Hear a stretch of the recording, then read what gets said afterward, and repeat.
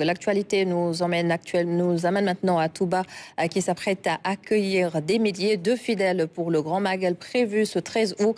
La lutte contre les inondations s'intensifie alors. Les eaux de pluie enregistrées ce week-end ont été vite évacuées grâce à une nouvelle station de pompage et des interventions ciblées.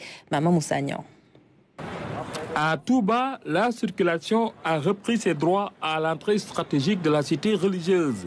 Le bas-fond inondé, le dimanche, a été libéré grâce aux actions de pompage avec la nouvelle station inaugurée samedi dernier par le ministre de l'Hydraulique et de l'Assainissement.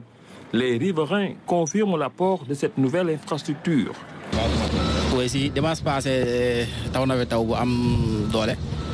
Dimanche passé, il a beaucoup plu ici. On avait du mal à occuper les lieux pour vendre. Mais ce matin, l'eau a baissé. Elle est restée juste une journée. Je suis resté 2 jours sans travailler.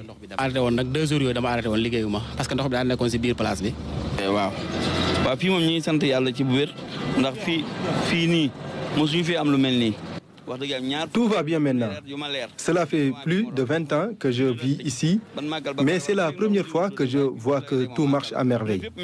Les ouvrages fonctionnent, toutes les 2 voies sont maintenant ouvertes.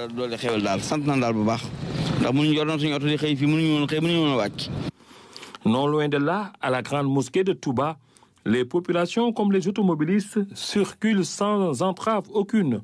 La DGPI et l'ONAS ont mis en place un système de pompage à la résidence et aux abords de la grande mosquée. À Guélémou, le niveau de l'eau continue à baisser. Les dépendances du bassin commencent à être libérées. Un bassin de 72 000 m3, 4 pompes fonctionnelles, 4 pompes de près de 2 000 m3/h. En tout, le débit de refoulement est d'environ 3 900 m3/h. Du coup, les effets de pompage commencent à être visibles dans plusieurs quartiers, notamment à Ndamatou, à Nguélémou, entre autres.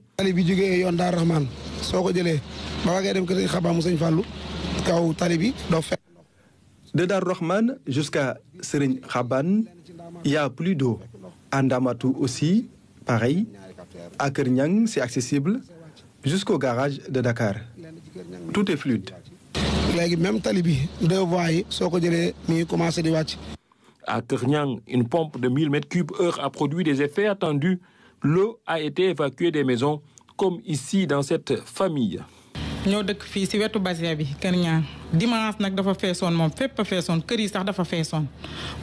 habitons à côté du bassin. Dimanche dernier, nous avions souffert ici. Il y avait beaucoup d'eau.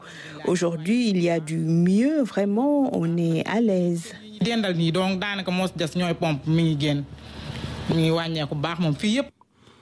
À Kernyang, en plus de l'ancien bassin, l'ONAS a réalisé un deuxième bassin d'une capacité de 2000 m3.